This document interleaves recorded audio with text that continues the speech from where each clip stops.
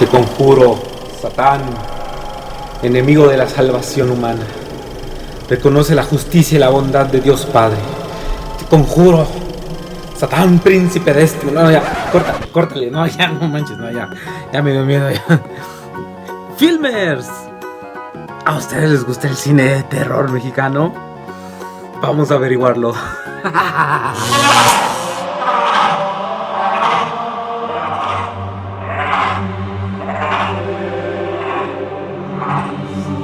Oye, ¿a ti te gusta el cine de terror? Sí, sí me gusta. ¿Y te gusta el cine mexicano? También. Ok, vamos a fusionar ambas. ¿Cuál sería tú o tus películas favoritas de terror mexicano? Que no conozco tanto, pero Libro de Piedra es como el hecho de los niños fantasma y así. Ajá. Creo que los niños en el tema del horror, que si te ponen un fantasma de un señor y de un niño, a mí me da más miedo el niño, no sé por qué, pero pues ya, va por ahí. Pues tengo varias. La tía Alejandra, de Arturo Ripstein. El vampiro, de Fernando Méndez. El escapulario, de Servando González. Vuelven, de Isa López. Cronos, de Guillermo del Toro. Y hay una versión de La Llorona con María Elena Márquez, que también me gusta mucho. Veneno para las hadas, de Carlos Enrique Taboada. Justo la que sigue, que es varias de él, del Hasta el viento tiene miedo. Bueno, pero la que más a mí me da miedo es El ángel exterminador, de Luis Buñuel. Canoa es una gran película que merece un poco ese género de terror social. Las Poquianchis también podría ser, Felipe Casals. Ayúdame, Arturo. Historias de Ultratumba, de Fernando Méndez. Eso es trampa, eso es trampa, eso es trampa. Corte.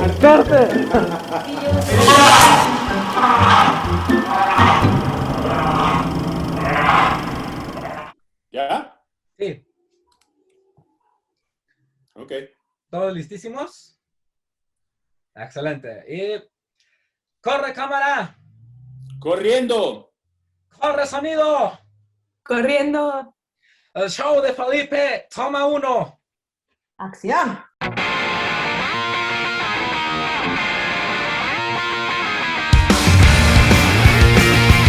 Bienvenidos a Mesa Redonda, un espacio en el cual hablamos desde el origen de monstruos, de demonios, de cualquier cosa que se les venga a la cabeza hasta...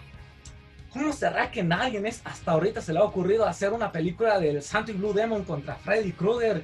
El día de hoy estaremos platicando de un género cinematográfico que es odiado por muchos, pero amado por muchos otros. Entre ellos estoy yo y creo que todos los colegas aquí también. Es el cine de terror, pero no cualquier cine de terror, el cine de terror en México. Y bueno, para acompañarnos en esta aventura, primero del otro lado del mundo, a Valeria Villegas. Ella es investigadora doctoral y autora. ¿Cómo estás, Valeria? Todo muy bien, muchas gracias por la invitación. Saludos desde Escandinavia.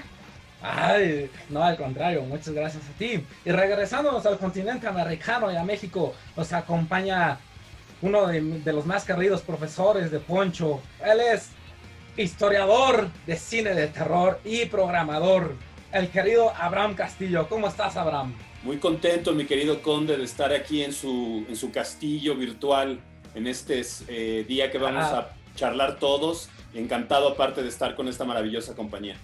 Te mandamos un tremendo beso, Abraham. Y como dice nuestro querido Felipe, por último, pero no por eso menos importante, una señorita que personifica el arte. Ella es la cineasta y escritora Amaranta Chávez. ¿Cómo estás, Amaranta? Hola, muy contenta también. Soy fan del canal, fan del programa, fan del Conde y de los que nos acompañan el día de hoy. Gracias por la invitación. No, al contrario, gracias a ti por venir y acompañarnos. En fin, pues vamos a arrancarnos ya esta linda charla con la primera pregunta. Y esto tiene que ver con cómo será que llega el terror a México. ¿Será que evoluciona más bien? de pues ya las leyendas prehispánicas y todo lo que hay detrás antes de, y bueno, finalmente pues quiénes podrían ser sus principales protagonistas. Pues bueno, yo creo que tiene una línea bastante productiva y es algo súper interesante porque ya que vamos a entrar a estos asuntos de cine, de terror, yo creo que pues definitivamente como el parteaguas, pues La Llorona de Ramón Peón de 1933, ¿no? Esta cinta que logra hacer algo que ya se venía haciendo en la literatura, que era este rollo de tropicalizar el gótico, ¿no? O sea, el gótico llega a finales, mediados de los 1800 también. Hay gente que lo empieza a mirar porque tiene ese acceso de sus idiomas originales, ¿no?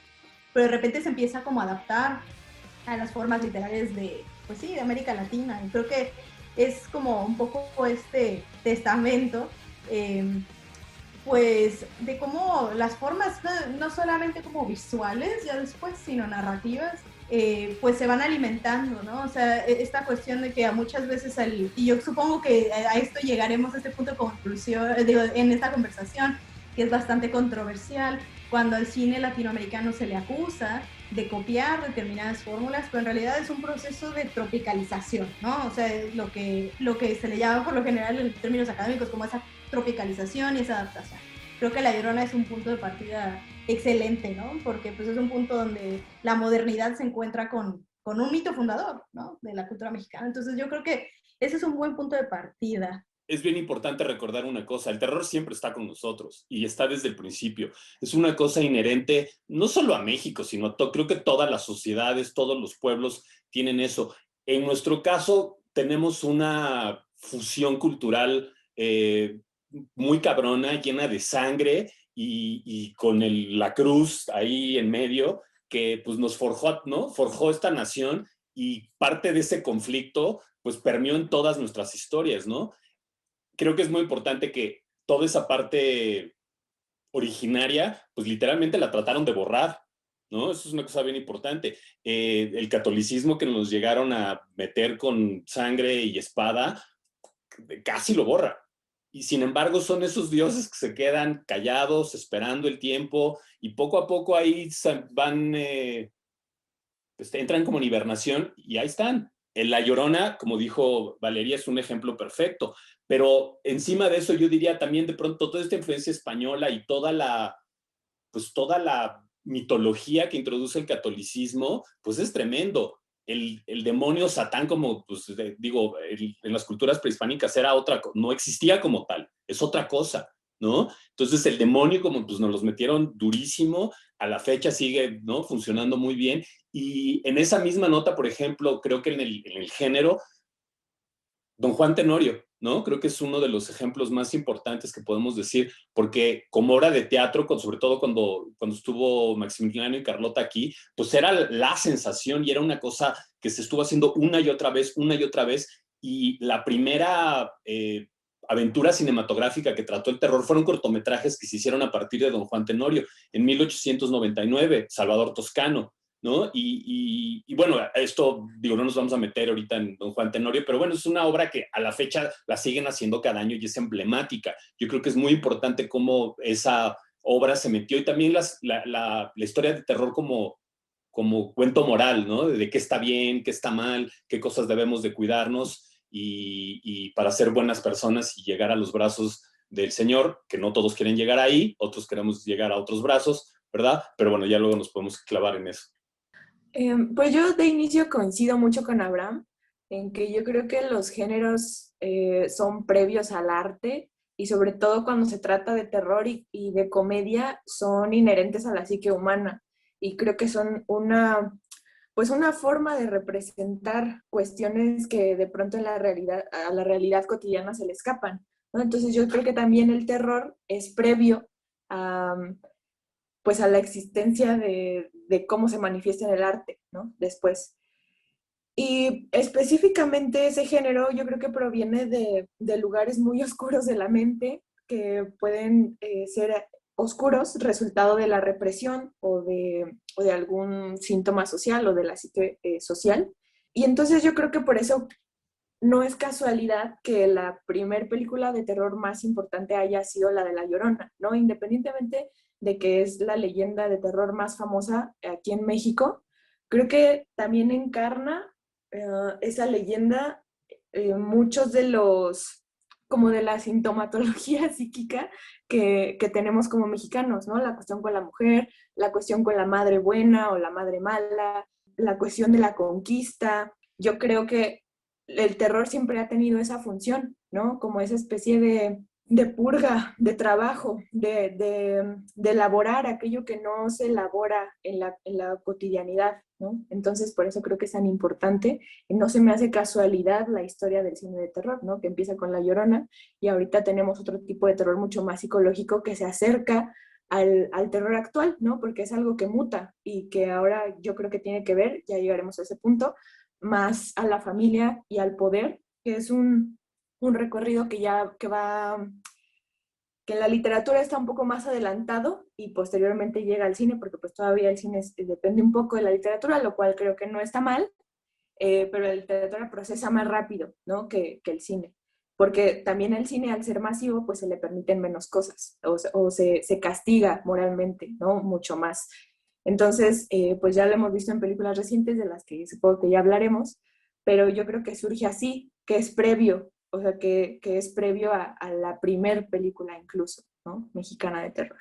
Sí, por supuesto, sí, toda la razón, todos ustedes me han estado aquí abriendo ya los ojos, porque sí, yo tenía mucha curiosidad sobre cómo será que inicia, pues, esta travesía, ¿no? En algún momento discutía con el docente Felipe Sánchez, bueno, alguien lo vendrá y lo meterá al género, ¿no? Pero sí, o sea, más bien parece esta evolución y bueno, me gustaría ocupar la palabra como de que se abraza, ¿no? Abrazamos, pues sí, toda esta imposición y demás cosas que nos hicieron y a lo mejor es una manera de tratar de suavizarlo o de pues, seguir siendo parte de esa misma conquista cochina, no lo tengo, no sé. Fíjate que yo pensando como en términos de cuándo empieza como a ser más accesible o atractivo, y uniendo como estos puntos, no tanto dentro de la cultura popular, sino como el efecto de ruptura, porque definitivamente el pasado colonial que se convierte en un presente colonial es ya algo terrorífico, ¿no? O sea, la idea de no poder reconciliar esta cuestión de ruptura, ¿no? Y creo que es algo también, pues yo pensaría que tiene como demonios muy específicos, todos aquellos países que no, o sea, que en algún momento fuimos colonias, ¿no? Porque vivimos un presente colonial que nos sigue recordando ese tipo de rupturas, ¿no? Si bien el cine de terror o bien la fantasía probablemente son vehículos que nos confrontan con ello, creo que probablemente por ahí es como esa sangrita que se les sigue inyectando, ¿no? Porque para trabajar sobre estas rupturas que no traumas, bueno, sí, o sea, traumas históricos, es como una especie de continuidad, ¿no? La imposibilidad de poder reconciliar eso, ¿no? Y la imposibilidad sobre todo que tiene la mexicanidad para dar cuenta de eso, porque pues una cosa es cómo entendemos la mexicanidad en la pantalla, en los discursos literarios en general como identidad, y otra muy diferente como todas esas tensiones que hay abajo, ¿no? Y yo supongo que por eso también somos tan prolíficos en términos de narrativas de terror, en términos de literatura y también en términos cinematográficos, ¿no? Todos los artistas mexicanos ahora sí, de que México existe para adelante, en algún momento tratan con estos temas de la muerte, la calaca, o sea, lo tenemos muy metido, no nos vamos a meter ahorita en el Día de Muertos, etcétera, ya tiene mucha, eso ya lo tenemos clarísimo, y ahí sí es un programa de eso, pero los artistas, que son creo que son la primera trinchera que logra y batalla por asimilar estos traumas, ya sea históricos, socioeconómicos, lidia con el imaginario, ¿no? La muerte, los demonios, como mitología que se va construyendo, y luego estos artistas lo que dejan, ya sea literatura, pintura, dibujos, ¿no? Obras de teatro y luego cine, obviamente, son estas visiones que nos va permitiendo comunitariamente ir digiriendo las cosas horribles que pasan. Digo, nuestra historia es un sinfín de tragedias luego, ¿no? Y misteriosamente el cine se tarda, como dijo Amaranta, se tarda luego en sacarlo porque tiene el componente económico muy importante, ¿no? Y hay cosas que uno no puede sacar y sí la censura, digo, creo que es un detalle muy importante de hablar, que mucho tiempo la censura paró muchas cosas, pero también ha habido momentos de una apertura tremenda. El cine de los 30 de este país tiene cosas que a todos se les olvidan que hacían en ese momento y que no volvimos a ver, tal vez hasta los 2000, ¿no? Entonces es impresionante también cómo el género y el terror en sus expresiones más gráficas y más tremebundas sube y baja, es como una cosa de brilla y luego entra como en hibernación, brilla y va en periodos de hibernación. Tendemos a medir esto por pues, nuestra experiencia, lo que hemos visto, pero pues la historia es larga y van pasando las cosas y se nos olvidan, pero ha habido muchos guerreros y amazonas en el género que continuamente hacen ver estas historias que dejan la semilla para las siguientes generaciones, y eso creo que es importantísimo, ¿no? Y por eso que decía Amaranta de la literatura que está, o sea, que ahorita hay un boom en la literatura de terror mexicana, fantástico. Yo creo que va a nutrir el cine en las próximas décadas, y tal vez la caída que vamos a tener ahorita en cine por la situación que está sucediendo, etcétera, se va a ver luego en un renacimiento increíble. Va a tomar tiempo, nos va a tocar a nosotros ver, no sabemos, ahí sí ya el mundo, el tiempo de nosotros es distinto, pero va a suceder, porque ahí está, México siempre está en esa... con esa preocupación, la tenemos muy cerca de nosotros. Yo muy brevemente, porque me pareció muy interesante lo que dice Abraham ahorita, cómo de pronto parece irreconciliable esa presencia tan sanguinaria y mortuoria que ha vivido nuestra historia, junto con la moral oficial o con el discurso oficial que más bien se desprende mucho de la muerte y que incluso la niega, ¿no? De la muerte, de la crueldad, cuando para nosotros eso puede ser muy cotidiano. Y justo como ahora los artistas son la primera línea, ¿no? Así que utilizando términos de guerra, que trata de elaborar esa y suturar como pues esa historia y ese discurso, el discurso oficial católico y la historia tan cruda que hemos tenido, ¿no? En general como país.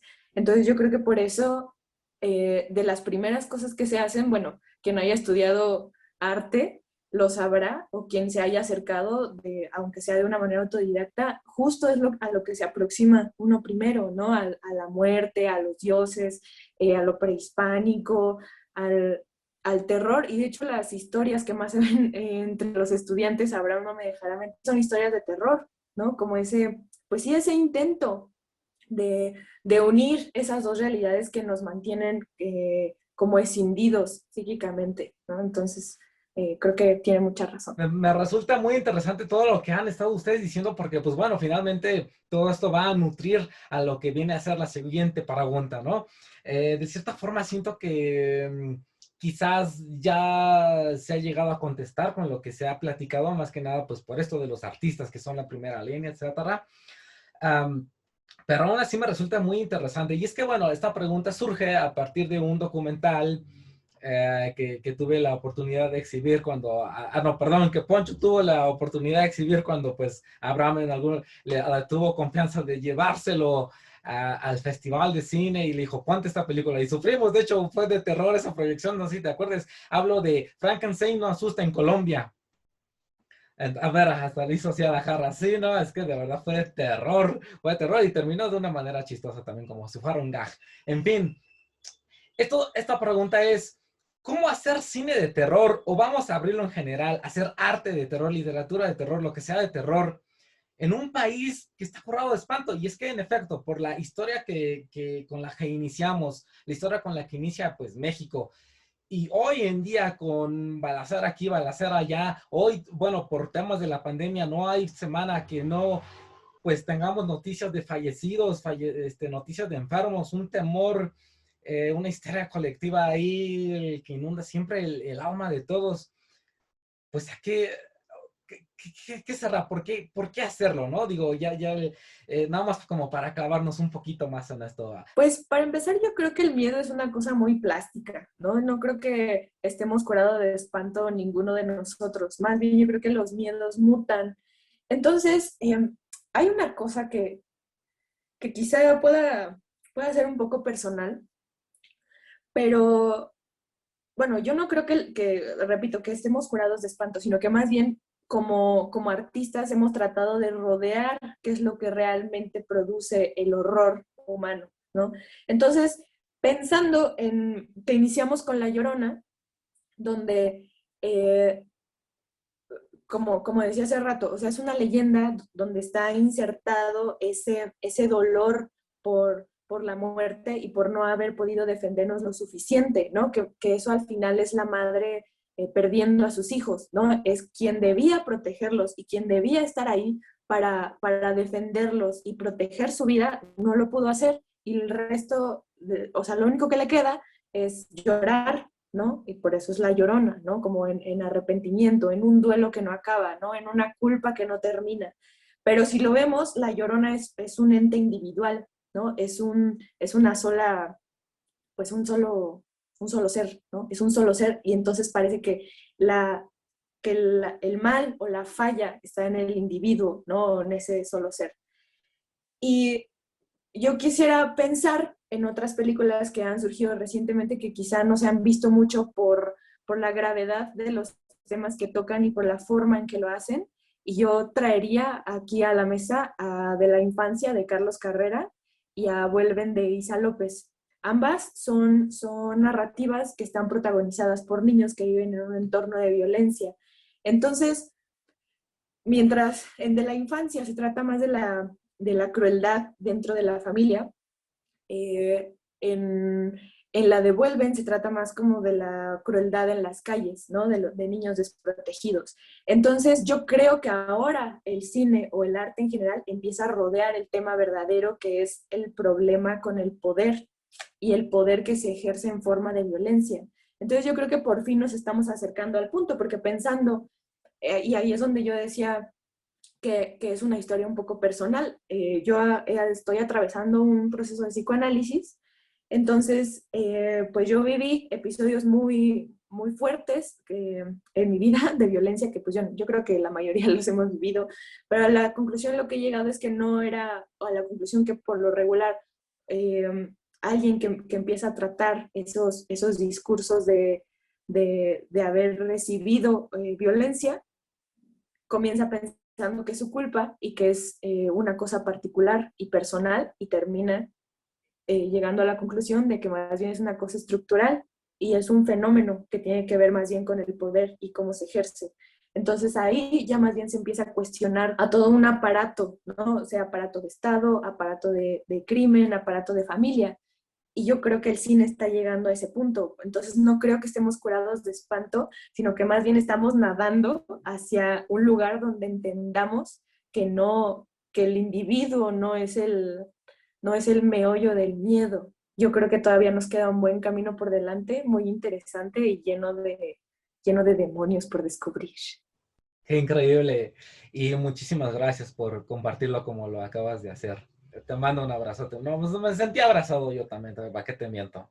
Pues sí, totalmente de acuerdo. No estamos curados de espantos y somos terreno fértil. Somos terreno fértil para investigar. Creo que a mí yo he tenido la fortuna de ver de cerca cómo a partir de el 2010 ha empezado a haber una explosión un momento fantástico en lo que es el género de terror a nivel cinematográfico. Pero las semillas de todo esto se fue poniendo desde el siglo anterior, obviamente, ya hablo del siglo anterior porque sí, literalmente el siglo anterior, pero y en los principios de los 2000 regresó, por ejemplo, La Llorona, ¿no? No nos olvidemos, las películas de Las Lloronas, de Lorena Villaseñor, en el 2006, si no mal recuerdo, pues ella trae de regreso no solamente a La Llorona, y es la primera directora del siglo XXI, pero aparte mete el J-horror con la cosa de La Llorona, y eso es una mutación fantástica, porque aparte, sin esa película no hubiéramos tenido después Kilómetro 31, ¿no? Y no digo de que se fusilaron ni nada, no, pero son como DNAs compartidos, es una cosa que es como un caldo de cultivo que está ahí y que empieza a hablar, y el tema de los feminicidios, por ejemplo, que está tremendamente metido con eso, está Bajo la Sal, que salió en su momento Sin Pena ni Gloria, pero yo creo que es una película importantísima que podemos revisitar y que empieza a hablar de todos esos temas. Estamos llenos de historias de dolor, de trauma. Hablaba Amaranta del dolor personal, y creo que eso es importantísimo. Todos llegan, bueno, yo sí tengo esa creencia de que llegamos al terror, a la literatura, al arte de terror, como una manera también de sanarnos, de entender ciertos traumas, de digerir cosas que no podemos entender, que no nos da nuestro bagaje emocional, y ahí encontramos un espacio seguro para hacerlo. Y a veces nos tardamos mucho tiempo, pero encontramos cosas de las cuales nos van dando una estructura para explicar esto, y poco a poco darnos también distancia. Es tremendo. Yo sí estoy seguro que van a venir muchísimas historias como para tratar de entender lo que ha pasado, pero se tarda. El cine es muy difícil, es show business, ¿no? Porque no hemos tenido, ¿cuánto nos tardamos en tener una película de un trauma nacional como fue, por ejemplo, la matanza del 2 de octubre? Pasó muchísimo tiempo, por la censura, claro, pero no es, mucha gente dice que esto no es cierto, pero yo soy de la creencia que el renacimiento del cine mexicano, al menos el que me tocó ver a mí cuando yo estaba muy joven, fue a partir de Rojo Amanecer. Después de Rojo Amanecer, y no fue la primera, hubo muchos, pero esa película abrió de pronto una herida que nadie había querido atender, que nadie había visto en eso, y de pronto historias que estaban calladas salían, gente lloraba. Yo me acuerdo ver esa película en el cine y fue catártico. Había gente que lloraba y que de pronto decías, pasó esto, y era fue una matazón. Y sí es una historia reciente, pero es una historia de terror, ¿no? Entonces se tardó muchísimo en llegar. Nos va a pasar lo mismo con todas estas historias horribles de narco que hay y de feminicidios. Se van a tardar en llegar, pero, por ejemplo, Vuelven, de Isa López, retoma eso. Ella lo dijo muy claro en una entrevista. Yo no hice mucho, yo lo único que hice es tomé la vida como es ahora en México y le puse una semillita de fantasía adentro. Todo lo demás, las cosas más horrendas de ahí son reales. Eso está muy cabrón, ¿no? Eso está muy cabrón, el material está ahí, y te digo, creo que es el imaginario del artista, regreso a eso, que trata de armar una estructura para que le demos un poco de sentido y nos den armas, historias al final de cuentas que se vuelven armas también, como para que entendamos de alguna manera, o le demos algún tipo de sentido al sinsentido que nos rodea. Sí, pues sí, justamente el entenderlo, el asimilarlo y pues al final sublimarlo, ¿no? Wow, me están haciendo que me empiece a dar miedo esta mesa redonda. Entonces vamos por buen camino. Pensando en eso, fíjate que yo retomo lo que dice Amaranta, lo que dice Abraham, porque creo que como que me hicieron mucho pensar en esta situación, ¿no? Por lo general, cuando hablamos de manifestaciones artísticas, literatura, cine, cualquier otra forma plástica, ¿no? La manera de abordar el terror es evidentemente, bueno, aparte de como esta cosa lingüística, ¿no? Porque en español podemos decir terror, en inglés o en otros idiomas no necesariamente, ¿no? O sea, el terror, la situación como afecto, en términos de afecto, es como algo súper fuerte que se define en términos de lo que nos hace sentir, ¿no? Y estar removidos de manera segura, pues evidentemente nos da permiso un poco a explorar de una manera así, distanciada y probablemente como con un filtro de autopreservación, ¿no? Cómo nos acercamos a estas narrativas. Pero cuando escucho estas cuestiones de curados, porque me encantó que la pregunta fuera si estamos curados de espanto, porque creo yo, también eso le habla al espíritu nacionalista de una manera muy clara, ¿no? La idea de estar curado de espanto, ¿no? La idea de aguantar como una cuestión inherente a nuestra nacionalidad, ¿no? El mexicano aguanta, no se raja.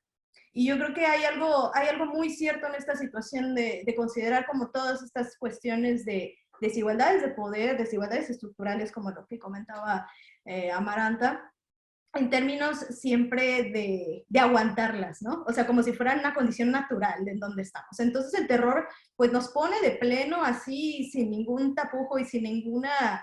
sí, o sea, sin ningún filtro de alguna manera, ¿no? Dentro de lo permisible, todas esas rupturas que para nosotros parecen como que esta identidad, porque yo, o sea, como que yo lo pienso mucho a lo mejor en términos, ya que estamos hablando de cine mexicano, ¿no? En términos de las enormes tensiones que hay atrás de nuestro discurso nacional, ¿no? Que es un discurso que vive de ese colonialismo, ¿no? Y aunque ya estamos como históricamente atrás, tenemos ese presente colonial que lo sigue definiendo, ¿no? Cuando hablamos de La Llorona como una mujer como vencida, pues entonces muy convenientemente existen estas jerarquías de las personas racializadas, de las personas o sea, de las mujeres, este tipo de jerarquizaciones que ya son como casi inherentes a eso, ¿no? Entonces yo creo que ahora, pensando como que en la manifestación de, como un poco más reciente de esto que vemos en las pantallas o que vemos en la literatura, pues nos hablan precisamente a lo que Abraham y Amaranta decían, ¿no? O sea, a este tipo de maneras de confrontar el dolor y el trauma, que es producto de un marco mucho más amplio. Y yo cuando pensaba así, Vuelven, creo que es un excelente ejemplo de eso, porque de alguna manera también tenemos esta cuestión de la orfandad, que nos es como tan, pues no sé, no quiero sonar como cursi, ¿no? Pero no sé es tan familiar como mexicanos, ¿no? Como esta orfandad de que nuestras instituciones no estén para servirnos, esta orfandad ante la impotencia, la violencia, muchos niveles de orfandad, ¿no? Y muchas veces literal. Pero también pienso como en Cómprame un revólver. Estaba tratando de acordarme del nombre del director, que también le habla ese miedo que se remueve de una manera distópica, pero que de todas maneras es como súper latente, ¿no? El miedo de la disolución social que empieza como que sobre todo como que yo veo como estas narrativas como hay el diablo, la región salvaje, tenemos la carne, todas estas que le hacen frente a cosas que de verdad dan miedo. La disolución de la familia da muchísimo miedo, es la base de la identidad mexicana. Entonces yo creo que ese tipo de miedos, sí, no es que estemos curados de espanto, sino que cada vez nos vamos confrontando más con todas esas cosas que pensamos que estaban fijas y que no, y que eran artificiales, ¿no? Entonces creo que el darse cuenta de esa impotencia o de esa orfandad, por llamarla de alguna manera, o sea, que es como inevitable, es necesariamente pues, terrorífico, ¿no? Bueno, quiero expresarle a todos ustedes un agradecimiento, ¿no? Porque quiero creer que todos los que nos están viendo en este momento, pues, no sé, de pronto yo me estoy sintiendo como empoderado y como decir, sí, hay que enfrentarlo, ¿no? hay que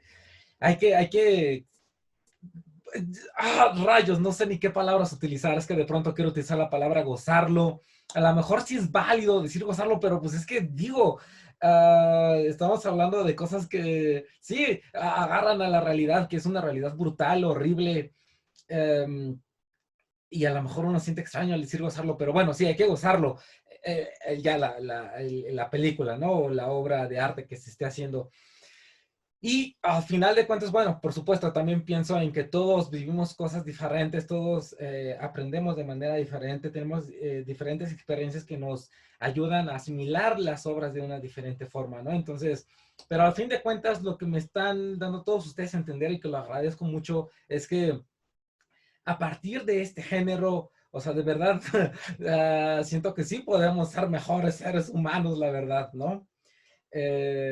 Y bueno, a esto voy como hacia esta otra parte de que pues mucha gente dice, no, yo terror no quiero ver porque pues sí me da mucho miedo, no sé qué, es que de verdad es como muy tajante y luego la banda que dice, no, yo terror no, a mí pone los ositos cariñositos, ¿no? Pero no, en verdad creo que es, o sea, ustedes me han hecho sentir que en verdad no solamente es bello, es necesario consumir el terror. Es bien importante nada más. Sí, hay todas estas posibilidades que ofrece el género, pero yo creo que también es súper importante dejar claro de que es un sabor muy particular y hay gente que no quiere lidiar con estos, lidiar con el trauma, lidiar con el dolor, lidiar con la realidad, no es cosa fácil.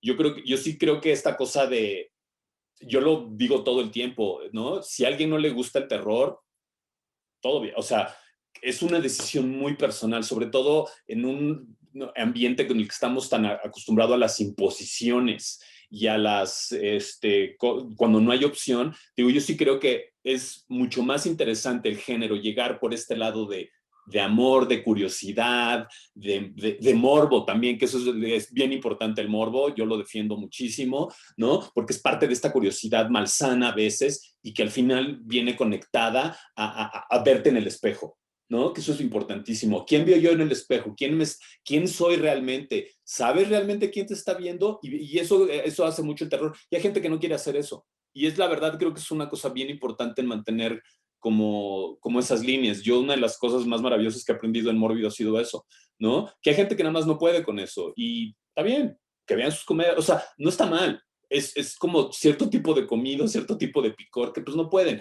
Eventualmente llega la gente a eso. Yo no podía consumir terror de pequeño. No sabes cómo sufría.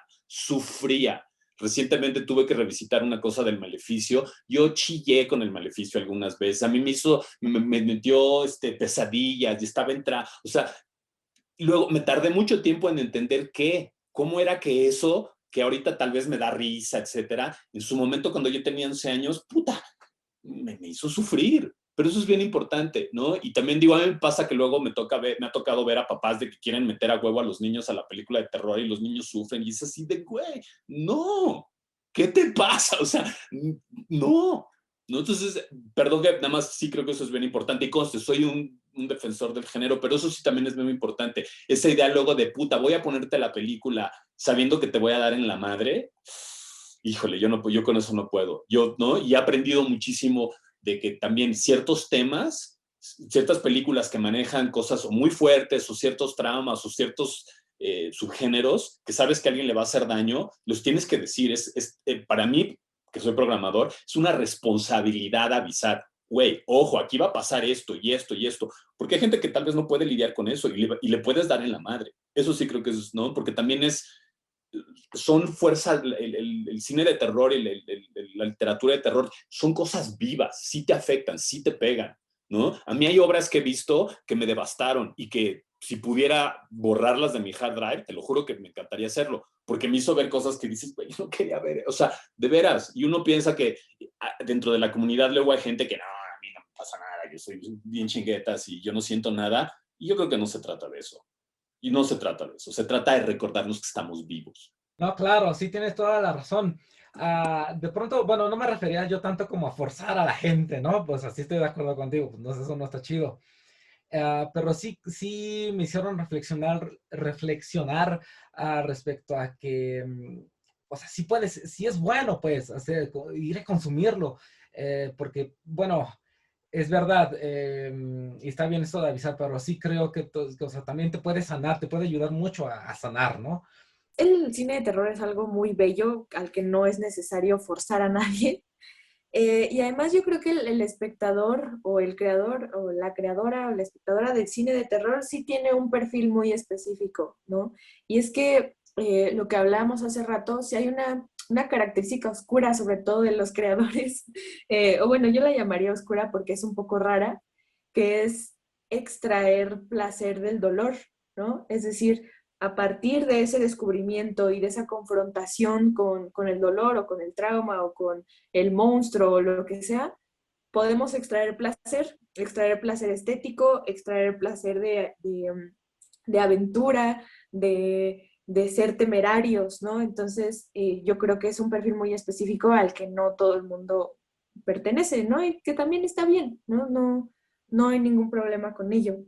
Entonces yo creo que es muy atinado eso que decías, Conde, sobre gozarlo, porque sí tenemos esa capacidad, sobre todo los seres humanos, de extraer placer de cualquier lugar, y quienes nos dedicamos a esto, pues todavía podemos extraerlo de lugares más extraños. Entonces estuvo bien haberlo definido así. Yeah, sí, bueno, pensando en eso también, cuando habló Abraham del morbo, igual yo sí dije, aquí en mi cabecita estaba, sí, morbo, sí, porque sí, la verdad es que sí, ¿no? Que hablábamos de este ángulo que tiene que ver con la definición del terror como un afecto, ¿no? O sea, en tanto lo vemos como un afecto negativo o un afecto positivo, es una cosa individual. Creo que hay una cosa muy interesante que pasa. Yo siempre digo, y con todas sus letras, que mi familia de terror, mi horror fam, es mi gente favorita. Soy, creo que, muy afortunada en tener y a unir a gente como ustedes, a mi horror fam, porque creo que sí, efectivamente existe como esta cosa en la que uno hace clic en tanto nos da curiosidad ciertas situaciones, pero creo que también dentro de esa misma comunidad, y yo creo que querría como enfatizar esto que aporta Abraham, porque definitivamente existe como esta idea, yo como que lo equiparo mucho a veces con la comunidad black metalera, ¿no? Habiendo sido una black metalera cuando adolescente, ¿verdad? Y esta idea de quién es más true, ¿no? O sea, quién es más chingón y quién se va a aguantar más. Yo creo que también, digo, es algo que se va disolviendo, pero en muchos círculos eso sigue ocurriendo. Y creo yo que esa sensibilidad también de poder entender que existen pasajes, a mí me ha pasado, o sea, de hecho le platicaba a Abraham, estaba viendo Atroz de Lex Ortega y tuvimos una discusión sobre eso porque dije, es que yo no, o sea, he visto tantas para mi investigación, sin embargo, ahí existen como estas fibras que para nosotros son como personales y por tanto a respetar, ¿no? Entonces creo yo que existe como que esta parte que todavía a veces a varios nos hace falta como también recordarnos, ¿no? Que sí somos como familia dentro de este mismo gusto, dentro de este mismo morbo, por regresar a ese término, pero en tanto mueve los afectos de una manera tan brutal, el género en todas sus formas, creo yo que también existe como que esta parte de saber encaminar como, sí, o sea, de saber compartir de una manera responsable. Yo no sé cómo, no sabría cómo... ¿sabes? O sea, no en esta cuestión de a lo mejor ser condescendiente con los afectos de otras personas, pero ser respetuoso con ellos, ¿no? Pero sí, en definitiva, creo que es algo muy... Me encanta la palabra gozar. O sea, uno sí lo puede gozar, agasajarse, volarse totalmente, ¿no?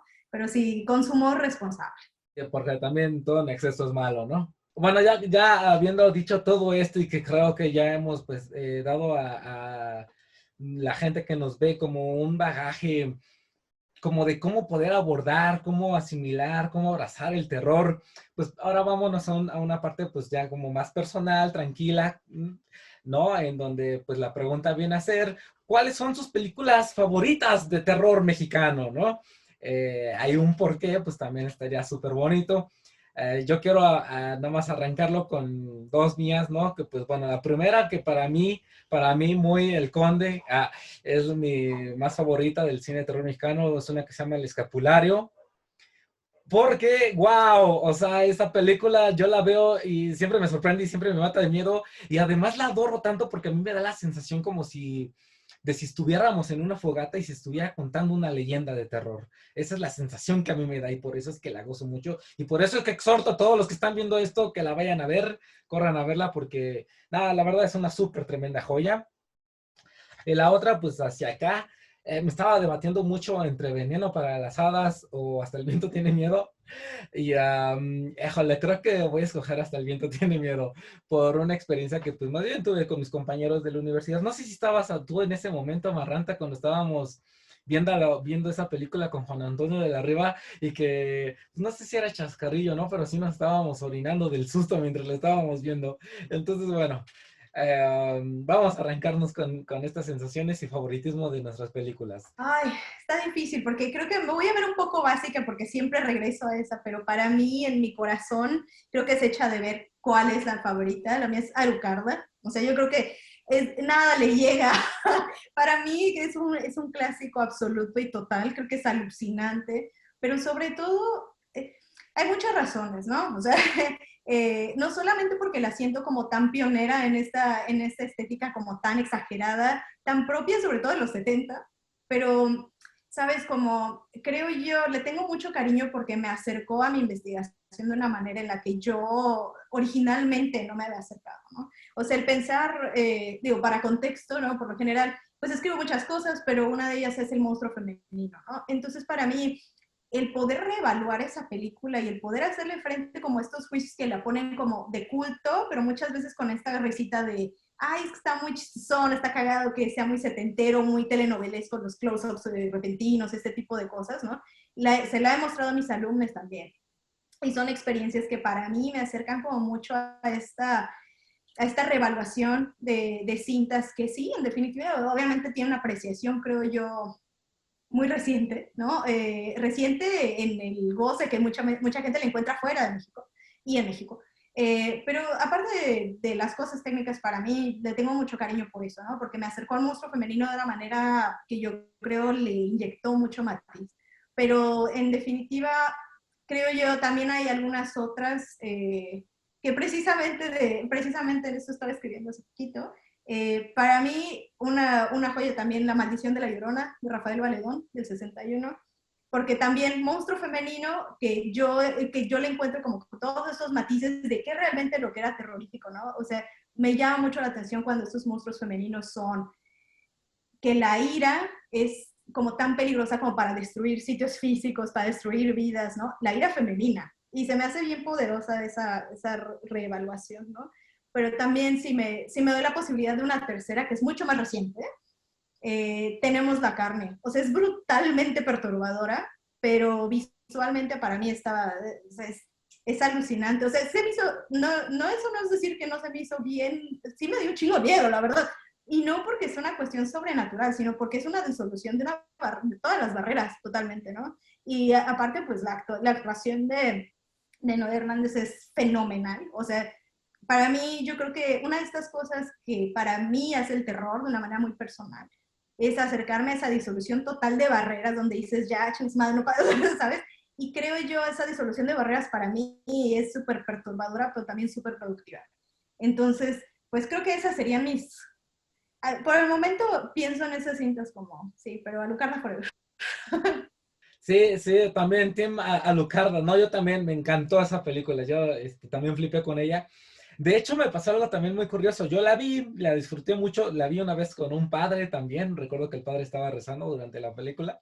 Y es que él me dijo, sí, una de terror, una de terror. Dije, pues, órale, venga esto, ¿no? Y recuerdo cuando se estrenó esta película de La Bruja, no mexicana, pues no sé por qué, pero no pude evitar como, pues así, de golpe compararlas. Y yo me sentí mucho más, o sea, con mucho más miedo con Alucarda.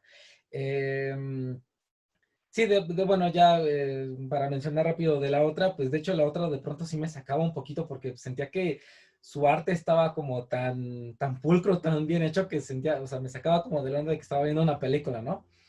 Y Alucarda siento que es muy, sí, como que no tiene pelos, o sea, como que dice lo que tiene que decir, ¿no? Y se va y le da duro con todo y me encantó a mí Alucarda, sí, yo también, aplausos a Alucarda.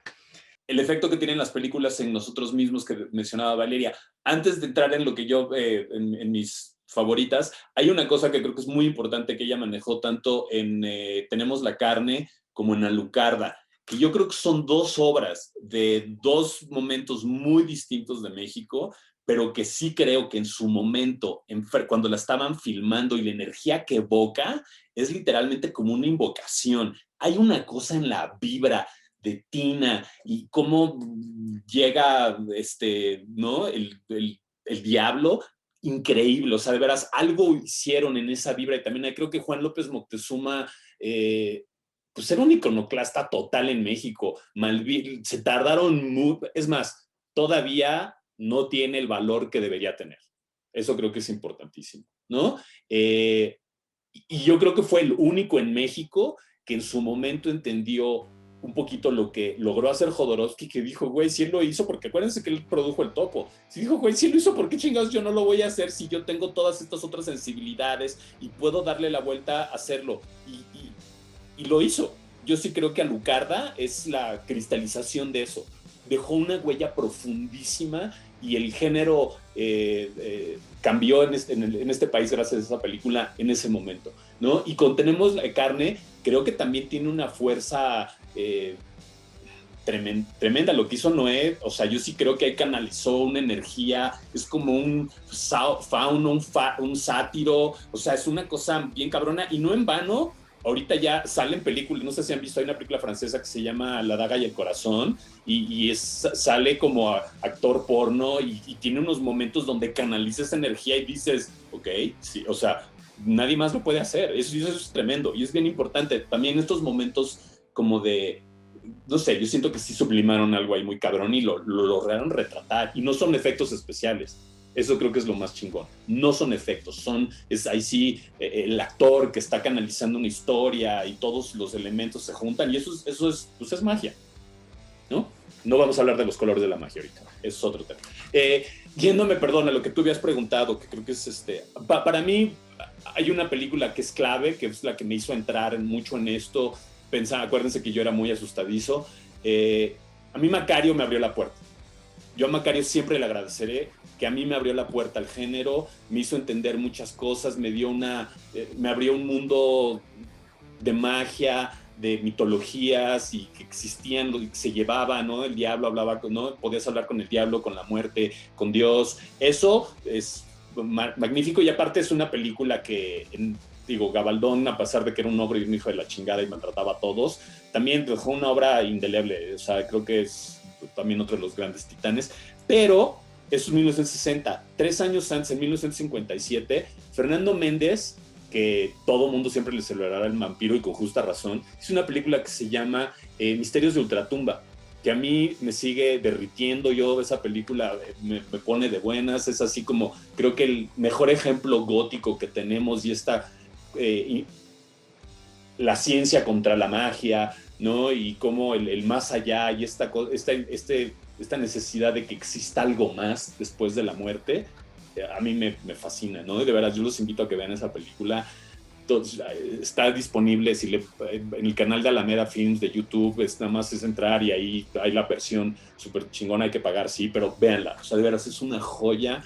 Y Fernando Méndez, ahí creo que, porque aparte es salido del marco del vampiro, que ese siempre funciona, digo, funciona muy bien, pero esto es otra dimensión, otra cosa, y yo que sí creo que llega a lugares tremebundos, y aparte tiene una historia de amor enferma, tóxica, mala onda, que es buenísima, que sí se pone de mucho ambiente, y a mí me pone malito en mis nervios, como seguro ya se dieron cuenta, cada que la veo y me acuerdo de ella, ¿no? Sí, es fascinante.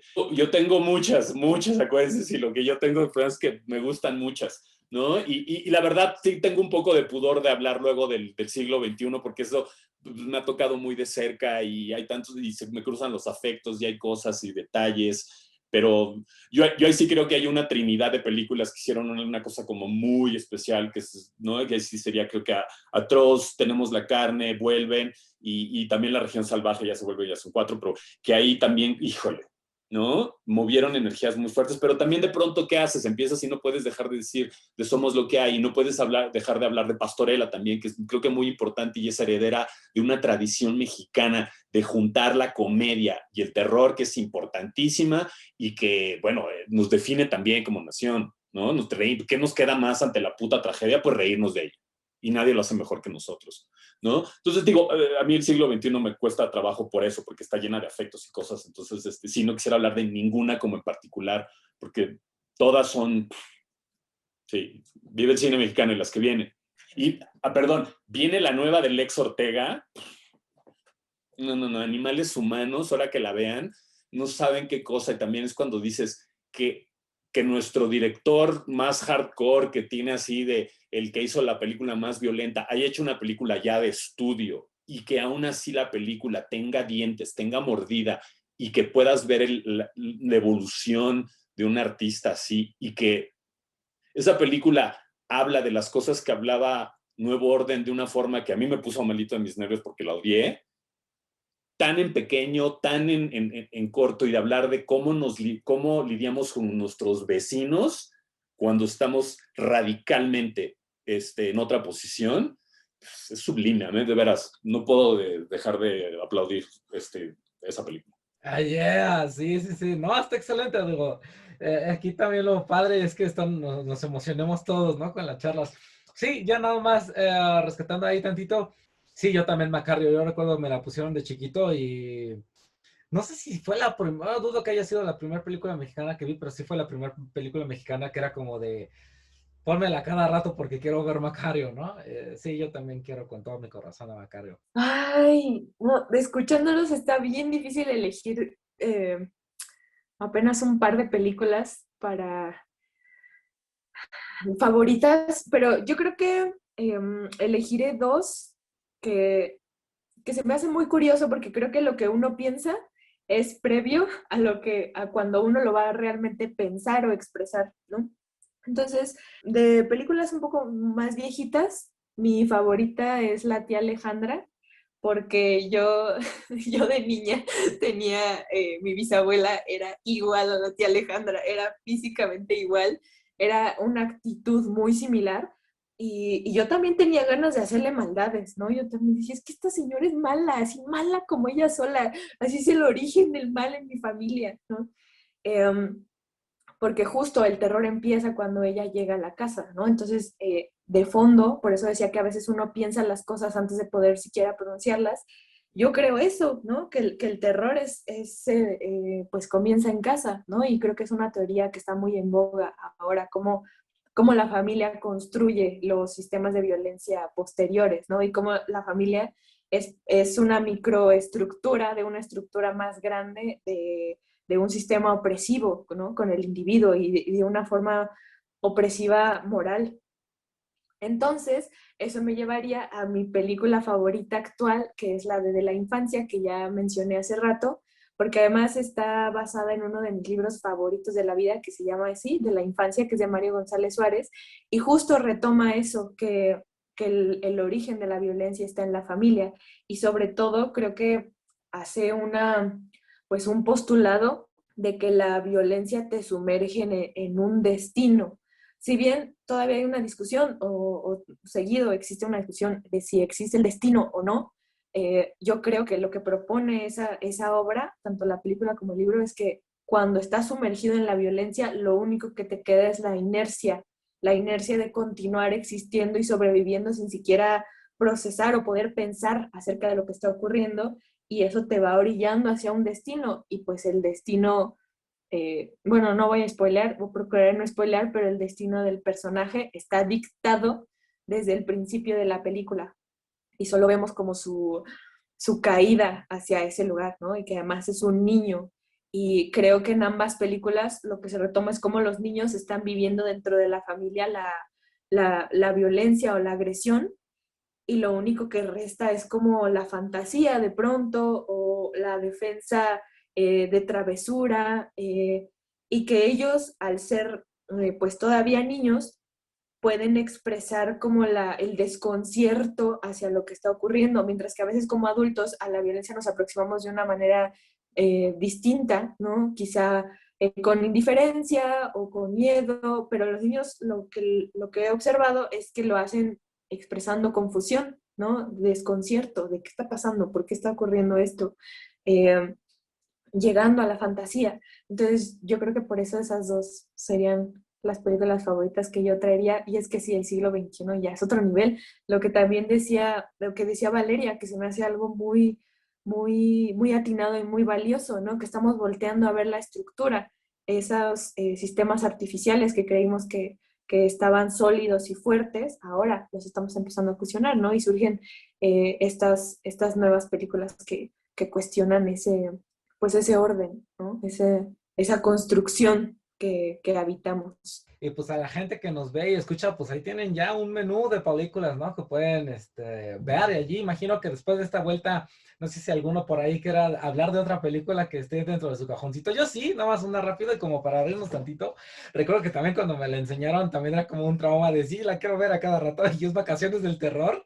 O sea, es como una película que pues es considerada por muchos muy mala, pero no manches, yo en serio me emocionaba un montón esos momentos en los que llegaba la muñeca y era como, ¿no? Y ya sabías tú que algo malo iba a ocurrir, decías, no, la muñeca movió el ojo. Y por ahí escuché en algún momento, no sé si sea cierto o no, que se está pretendiendo hacer la secuela, o sea, pero literal esa película, porque creo que sí hay Vacaciones del Terror 2, ¿no? Pero que no es, pero sí es secuela así literal de esa película, ¿o no? ¿Sí? Ah, wow. Entonces a lo mejor lo que leí era fake. ¿No? O sea, pero actual, que hoy en día se pretende hacer la secuela. Otra. ¿Sí? Ay, pues hay que ir a verla ahora que ya podamos, ¿no? Ya abrieron los cines de nuevo, pero pues todavía no quiero plantar ahí. No se ha hecho todavía, hay planes. Acuérdate que, pues bueno, hay planes de muchas, ¿no? Pero sí, hay desde tiempo atrás, hay como muchas ganas de hacer, pero bueno, acuérdate que el ecosistema ahorita está en mutación salvaje. Dije, ¿saben qué? Me encantó escuchar sus intervenciones porque dije, sí, no manches, Macario, yo creo que toda o muchas casas mexicanas, no voy a decir todas porque es muy arriesgado decir eso, ¿va? Pero me acuerdo de este compendio de cuentitos de Beat Traven, donde venía Macario, y era como la misma edición, no sé quién la editaba, era probablemente. Y, o sea, ya con la espina ya rota, ¿no? De tanto leerlas, creo que es como como, sí, o sea, como una de estas cosas tan presentes precisamente por estas cuestiones de la mexicanidad. Pero estaba yo pensando también en ay, a ver, que no se me haya ido la onda. Me encanta que Amaranta haya traído a colación la tía Alejandra, porque creo que Isabela Corona ahí, o sea, a mí nunca se me olvida, y pienso mucho como en esta cuestión de no se me olvida esta escena donde, no me acuerdo cómo se llama, la niña de la familia que entra y, y la tía Alejandra se pone súper mal porque ve como todas las velas, todo el desmadre que tiene ahí, así, esto no es para ti, y como que yo lo tengo súper grabado a fuego, de esta cuestión de interacción familiar que ya escarbándole en el mismo momento histórico, también está pensando como en estas narrativas de familia que por alguna razón como que de repente viene a la mente, el castillo de la pureza, que también pensando como en esa misma lógica que no es terror, pero que es terrorífica la idea de estar tan aislado y la idea de, pues sí, o sea, de revisar todos los tabúes dentro de la familia. Entonces como que la familia como el origen del mal, a mí me llamó mucho la atención lo que dijo Amaranta, y bueno, esa actuación se me hace fenomenal. Yo sigo pensando como que en Isabela Corona como esta mujer tan regia, tan imponente, ¿no? Y sobre todo, bueno, ya regresando obviamente a Vacaciones del Terror, creo que pocas cosas hay tan divertidas como pensar en Pedrito Fernández en ese contexto. O sea, ya de entrada, ¿no? Y con el mulet ochentero y con ese rollo tan de mezcolanza, a mí la neta se me hace una joya también. Y sería súper interesante verla, sí, o sea, en un remake a lo mejor. No sé cómo me sentiría, pero si el plan se lleva a cabo, definitivamente estaría yo así, sí, ya, quiero verla. Bueno, ahorita que abrieron la puerta a Isabel Corona, nada más para ir, digo, y acuérdense, y esto es lo que, nada más como ejemplo de estos momentos en donde entran y salen y pasa el tiempo, pero hay como puntos recurrentes. Isabel Corona es la bruja del espejo de la bruja, que es otro de los grandes momentos del gótico mexicano, y obvio Ripstein sabía que había hecho eso. Y Isabel Corona, aparte, desgraciadamente no tuvo una carrera cinematográfica tan grande, pero fue una de las actrices más importantes del teatro en México, y toda una institución que no solo, porque aparte era maestra, formó a muchísima gente, y ella era de veras emblemática, y creo que no es en vano esa presencia que dejó, por ejemplo, Amaranta, que te dejó a ti, es que es claro. ¿Cómo no ves a ese tipo de mujer? Ella sabía, yo creo que son de esas mujeres que también sabía exactamente qué proyectar, qué estaba proyectando, los X, porque se vuelven íconos, ¿no? Y sí, Isabel Corona, yo creo que son de estas actrices fenomenales, mágicas, y que también, pues, conectar de 1962 a 76, 74, no me acuerdo ahorita bien, pero, y se conecta, ¿no? Y obviamente pues, los que estamos en el cine, y García Riera, de pronto, lo primero que puso fue eso, o sea, es fantástico poder de pronto también hilar las historias. Ya lo hicieron con Alucarda, con el documental que hicieron después, que podamos hacer ese tipo de entretejidos, es fantástico, porque entonces ya empezamos a ver nuestro imaginario cinematográfico como un universo, ahora que está de moda esa palabra, ¿no? Esos universos narrativos, pero están pegados, está increíble. Pensemos también, por ejemplo, en lo de La Llorona, que es también sensacional, y sí, en México hemos sido los que más hemos desarrollado, pero pues, ahorita los guatemaltecos le superpegaron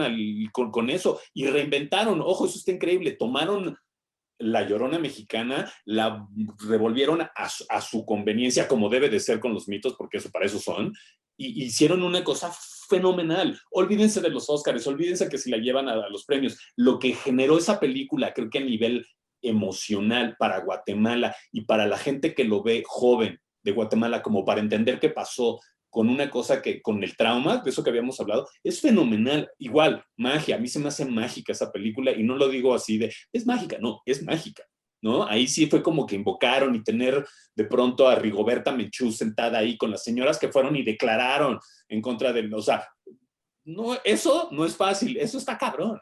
Y sí deja algo, y te digo, y capturarlo y encapsularlo dentro de una mitología, eso está increíble. Y eso es algo que aquí todavía no hemos hecho. En México todavía no hemos hecho algo de ese nivel, a ese, de veras tan grande, no hemos hecho. Entonces, creo que está padrísimo, porque también podemos que un mito nuestro haya sido retomado por otra nación, y lo haya modificado, y que veamos lo que se puede hacer, es un súper ejemplo. A mí eso me emociona, cabrón. ¿Cuánto va a tardar? ¿Cuándo suceder? No sabemos. Pero ahí están, las semillas ahí están. Eso es lo importante, que las semillas están.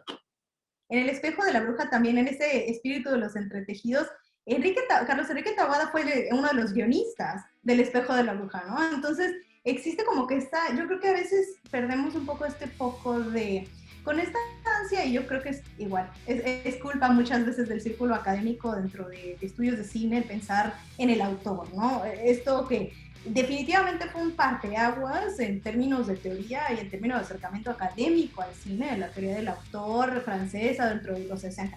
Pero yo creo que también le hizo un poco de daño a nuestra perspectiva histórica del poder aprender cómo estos mismos personajes clave, que ahora entendemos como Carlos Enrique Taboada específicamente, como este autor que logra darle como a este universo femenino tanta riqueza durante incluso 3 décadas, ¿no? Con estas películas con Más negro que la noche, con Hasta el viento tiene miedo, de repente Veneno para las hadas, como cada una distribuida, pero a veces se nos olvida que se fraguó en esos circuitos, ¿no? Pero pensando también en este rollo, porque La Llorona a mí también me parece una película excepcional, y creo que le habla a algo que es súper, bueno, que obviamente pues estamos hablando también del terror como esta función de sublimación, esta función como psicológica de purgarse, ¿no? Como bien decía Marata. Pero también creo que hay algo valiosísimo ahí, el potencial político del cine de terror, que bueno, es como que mi foco mucho en esta cuestión académica, y a veces pues creo que pensamos mucho que las alegorías son estas cosas como que tienen dientes para nosotros, pero no tienen dientes políticos, pero sí lo tienen. Yo creo que La Llorona es un ejemplo excepcional de este tipo de cine, de pensar en estas narrativas, sí de sublimación, pero colectiva, pero también, o sea, en particular la plasticidad del mito de La Llorona a mí me llama mucho, bueno, ahorita estoy precisamente como trabajando en esa parte de mi tesis porque tiene como resonancias en toda Latinoamérica, ¿no? O sea, en realidad el mito de La Llorona que aparece en Colombia es distinta, pero es distinto, a lo mejor no está tan engranado en el discurso identitario, pero también tiene esta función de perturbar el espacio público.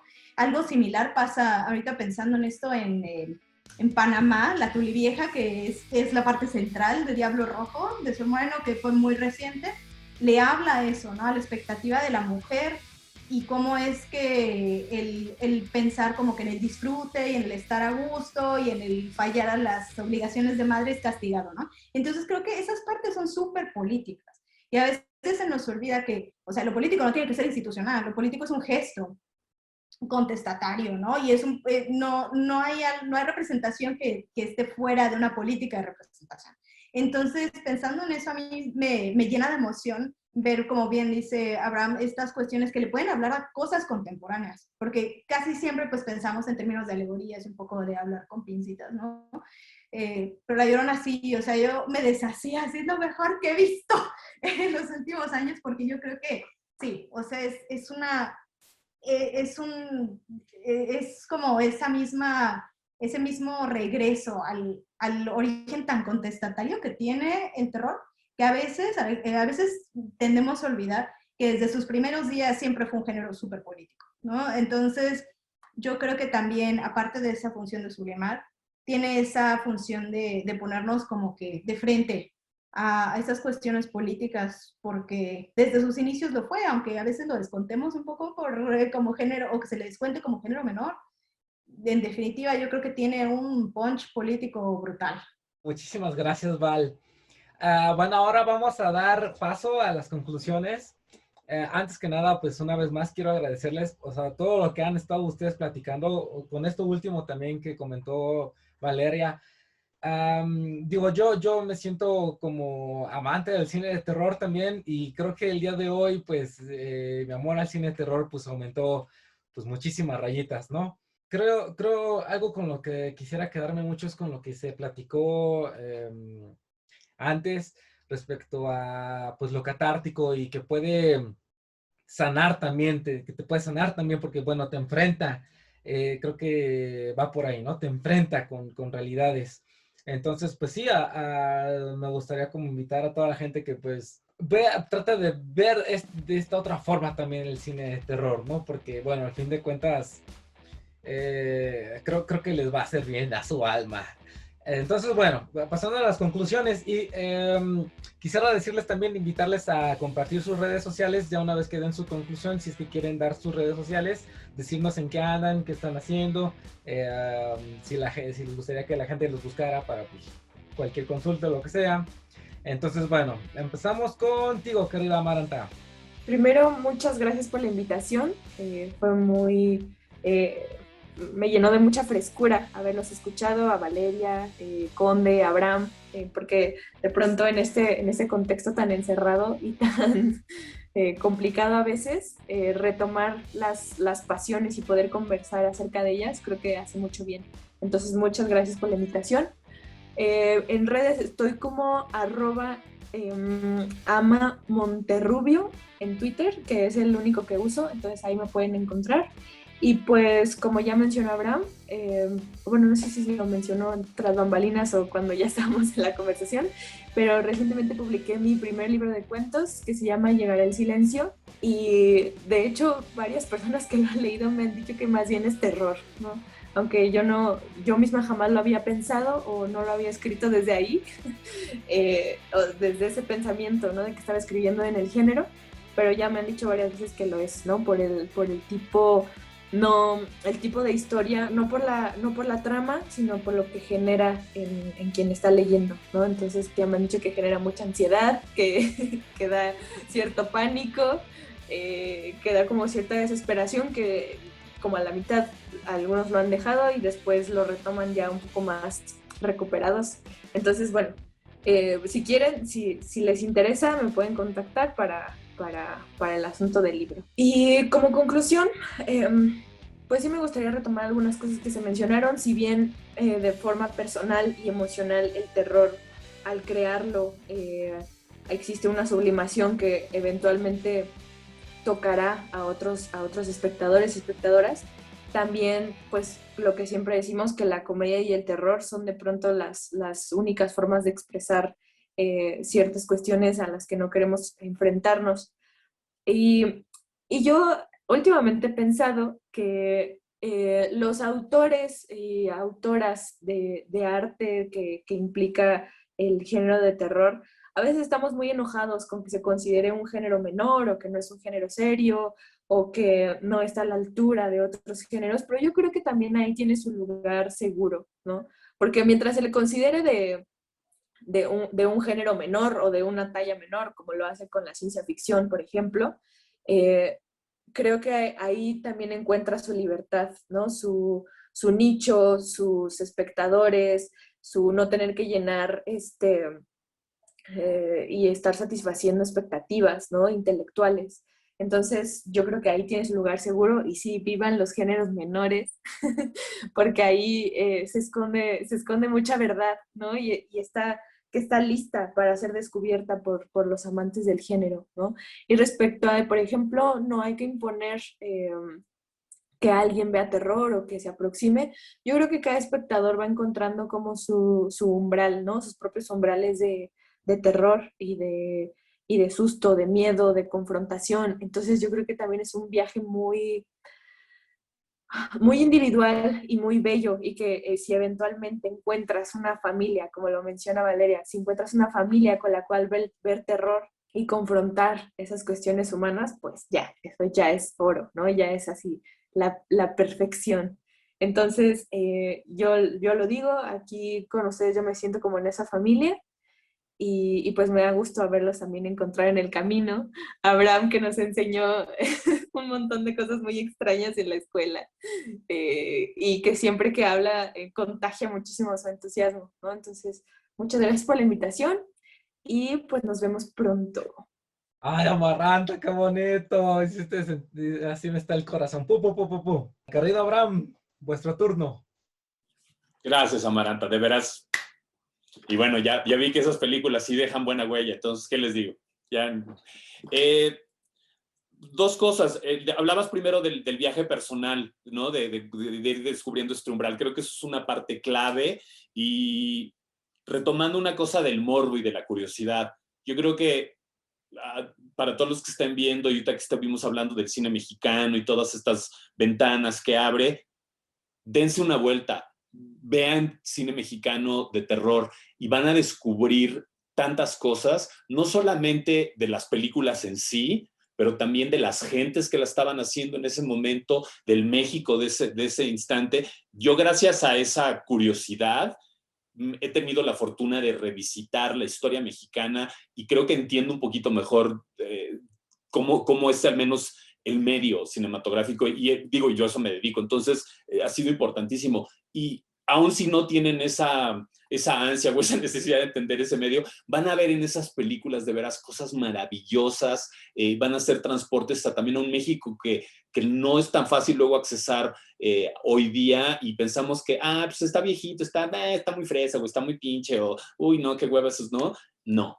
De veras, véanlo, ábranse, véanlo con otros ojos, dense chance también. Bajen un poquito las defensas porque todo el mundo quiere ser el más cool y el más todo en el mismo, ¿no? Bájenle un poquito y vean y dejen que las películas les hablen, les van a decir cosas, y no solamente sensorialmente, y van a que sean luego como conducto para que lleguen otras cosas, otros caminos.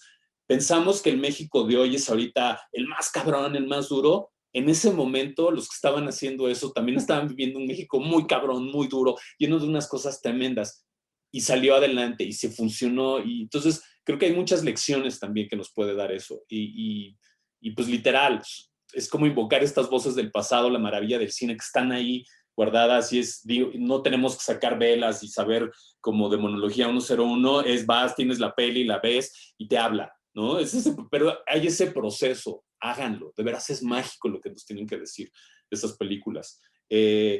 Retomando también lo que dijo Valeria de la familia del terror, creo que es importantísimo, ¿no? No somos muchos, es un grupo de nicho, como dijo Maranta, y ahí está su poder también, ¿no? A nivel show business, claro que quieren que todas las películas hagan millonarios a todo mundo y que se vuelva, pero también, si les funciona a la comunidad, la gente que ve, en eso el género es noble, ¿no? También creo que es como un ecosistema que permite también la experimentación y los excesos, y es parte fundamental de eso. En el momento que alguien diga, pues, de terror sí, pero sin esto, de terror sí, pero sin lo aquello, y ese tema no lo toques, ahí es cuando valemos madres. Y por eso también es bien importante la gente que se vuela la barda y la gente que se sale de la cajita y que luego tiene problemas de puta, no, eso no se puede enseñar. Es bien importante, la clave es esa. Es ese lugar donde puedes experimentar y donde puedes, tiene que ser paradójico el género es paradójico, tiene que dar esa tierra fértil para que salgan estas cosas, porque si es un espejo y si es obscurísimo y si de pronto, pero si no tuviéramos eso, puta, ¿dónde lo vemos? ¿Dónde lo tratamos? ¿No? Entonces, sí, que vive el cine de terror, el género en general, y eso, como una forma de tratar de entender, ¿no? Lo que luego no puede uno entender, eso. Y sí, y muchas gracias, Conde, por invitarnos. Para mí es un honor estar con ustedes, gente que vive esto intensamente, que lo cree y que está haciendo, y que son ustedes, y yo se los digo porque sí soy otra generación, yo veo que el futuro son ustedes y sí me llena de esperanza. Ahora que no hay de eso, sí digo, ok, sí, con gente como ustedes, claro que sí, por supuesto. Ay, muchísimas gracias, Abraham. También tú ya me sacaste las lágrimas. No, de verdad, muchas graas. Vale. ¿Son de sangre tus lágrimas? Porque puedo seguir, ¿eh? Si quieres, yo sí quiero ver la sangre de lágrima. Por favor.